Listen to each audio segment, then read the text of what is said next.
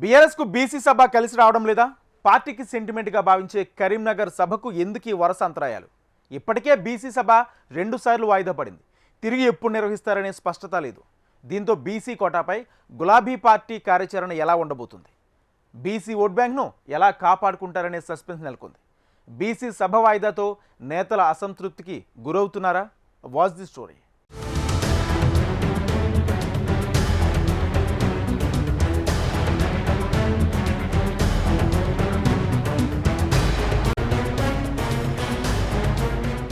BRS BC కదనభేరి సభపై వరనడు నీళ్లు.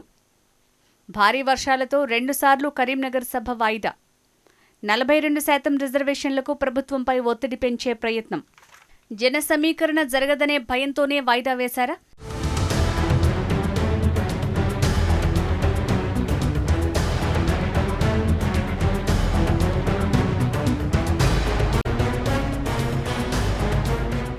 తెలంగాణ రాజకీయాలను ప్రస్తుతం కాకరేపుతున్న అంశం బీసీ రిజర్వేషన్.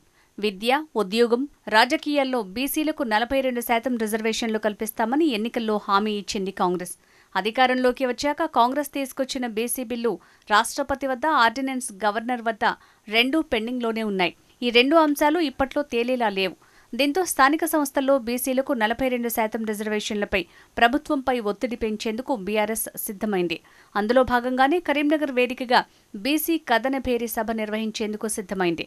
తొలుత ఈ నెల 8న నిర్వహిస్తామని పార్టీ ప్రకటించింది. వర్షం, వరుస సెలవుల నేపథ్యంలో వాయిదా వేశారు. మళ్లీ ఈ నెల 14న సభ నిర్వహిస్తామని తెలంగాణ భవన్లో పార్టీ బీసీ నేతలు సమావేశమై తేదీని ప్రకటించారు. సభ నిర్వహణకు అన్ని ఏర్పాట్లు చేస్తున్నామని, బీసీ సభకు భారీగా జనాన్ని తరలించి విజయవంతం చేస్తామని బీసీ నేతలు తెలిపారు. కానీ ఆ సభకు అంతరాయం తప్పడం లేదట.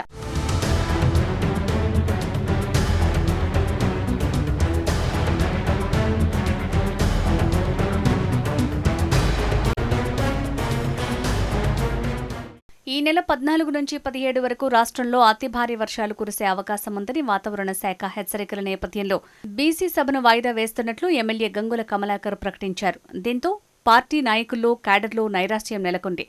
కరీంనగర్లో సభ పెట్టడం బీఆర్ఎస్కు సెంటిమెంట్గా భావించి అక్కడి నుంచే స్థానిక సంస్థల ఎన్నికల ప్రచారానికి శ్రీకారం చుట్టాలని, అనంతరం అన్ని జిల్లాల్లోనూ బీసీ సభలు పెట్టి వారి ఓటు బ్యాంకును పార్టీ వైపు మళ్లించేందుకు ప్రణాళికలు రూపొందించారు. కామారెడ్డి డిక్లరేషన్లో కాంగ్రెస్ పార్టీ బీసీ డిక్లరేషన్ ప్రకటించి ఏ ఒక్క హామీని నెరవేర్చలేదని, ప్రభుత్వ తీరును ఎండగట్టాలని భావించింది. 42% రిజర్వేషన్ల పేరుతో హస్తం పార్టీ బీసీలను వంచన చేస్తోందనే అంశాన్ని ప్రజలకు వివరించేందుకు సిద్ధమైంది. అందులో భాగంగానే సభ నిర్వహణకు సిద్ధమైంది. అయితే సభ ప్రకటన చేసిన దగ్గర నుంచి గులాబీ పార్టీకి కలిసి రావటం లేదని బీసీ నేతలు చర్చించుకుంటున్నారు.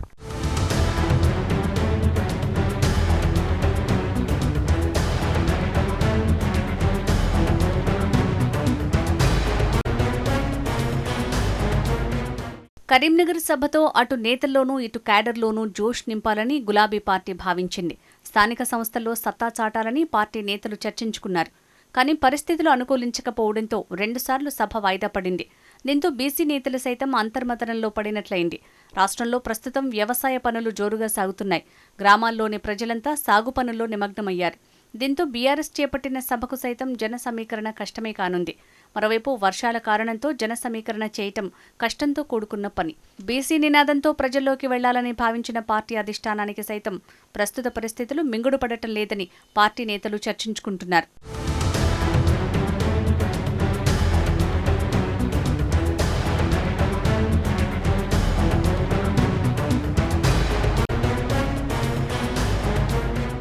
మరోవైపు పార్టీ అధికారంలో లేకపోవడంతో సభ నిర్వహణపై కొంతమంది నేతలు సైతం అంతగా ఆసక్తి చూపటం లేదనే ప్రచారం జరుగుతోంది.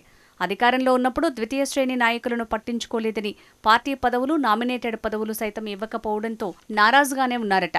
ఇప్పుడు సభకు జన సమీకరణ చేయాలని పార్టీ సీనియర్ నేతలు సూచించినా ఆశించిన స్పందన రావటం లేదని పార్టీలో చర్చ జరుగుతోంది. పైగా ఆరోగ్య సమస్యల కారణంగా కేసీఆర్ సభకు వస్తారో రారోననే సందిగ్ధం. ఇంత పెద్ద సభ పెట్టి కేసీఆర్ రాకపోతే సభ లక్ష్యాలు నెరవేరుతాయా లేదా, జనం వస్తారా రారా అనే అనుమానాలు. అనుకున్నంత మేర జన సమీకరణ జరగకపోతే అది ప్రత్యర్థి పార్టీలకు అస్త్రాలుగా మారే అవకాశం ఉంటుంది. ఆ రిస్క్ వద్దనుకుని వర్షాల పేరుతో సభను వాయిదా వేశారా అనే డౌట్స్ ఉత్పన్నమవుతున్నాయట.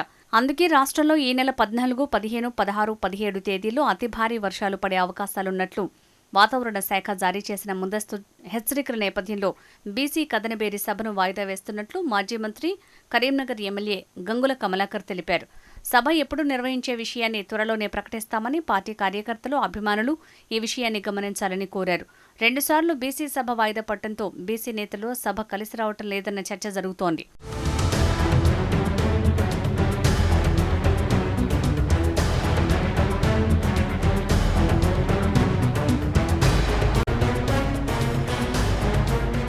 తెలంగాణ ప్రభుత్వం తీసుకొచ్చిన బీసీ బిల్లుకు కేంద్రంలోని బీజేపీ సహకరించడం లేదని 3 రోజుల పాటు కాంగ్రెస్ నేతలంతా ఢిల్లీలోనే మకాం వేసి ధర్నా చేపట్టారు. బీసీలకు న్యాయం చేయాలనే ఉద్దేశం కమలం పార్టీకి లేదని, అందుకే బిల్లును కేంద్రం ఆమోదించడం లేదని హస్తం శ్రేణులు విమర్శలు గుప్పిస్తున్నారు. ఆర్డినెన్స్కు గవర్నర్ ఆమోదం తెలపకపోతే స్థానిక ఎన్నికల్లో పార్టీ పరంగా 42% సీట్లు ఇచ్చేందుకైనా సిద్ధమవుతోంది కాంగ్రెస్. ఇలా బీసీ రిజర్వేషన్ల విషయంలో కాంగ్రెస్ వ్యూహాత్మకంగా వ్యవహరిస్తుండటంతో బీఆర్ఎస్ సైతం అలర్ట్ అయింది. బీసీ సభ పెట్టి కాంగ్రెస్ తప్పులను ఎండగట్టాలని చూస్తోంది. బీసీ బిల్లుపై కాంగ్రెస్కు చిత్తశుద్ధి ఉంటే బిల్లును ఆమోదించాక స్థానిక ఎన్నికలు నిర్వహించాలని, ఈ సభ ద్వారా జనాల్లోకి తీసుకువెళ్లాలని చూసింది.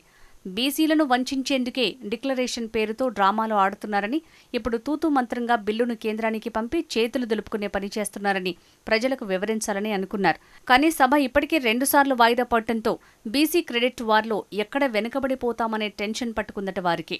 మరోవైపు సభ నిర్వహించినా అనుకున్న మేర జనాలు వస్తారా రారా అనే సందేహం కూడా వ్యక్తమవుతోందట. బీసీలకు 42% రిజర్వేషన్లు తెస్తామన్న కాంగ్రెస్పై విమర్శలు చేస్తే అది బూమరంగ్ అవుతుందా అనే ప్రశ్నలు వారిలో వినిపిస్తున్నాయి.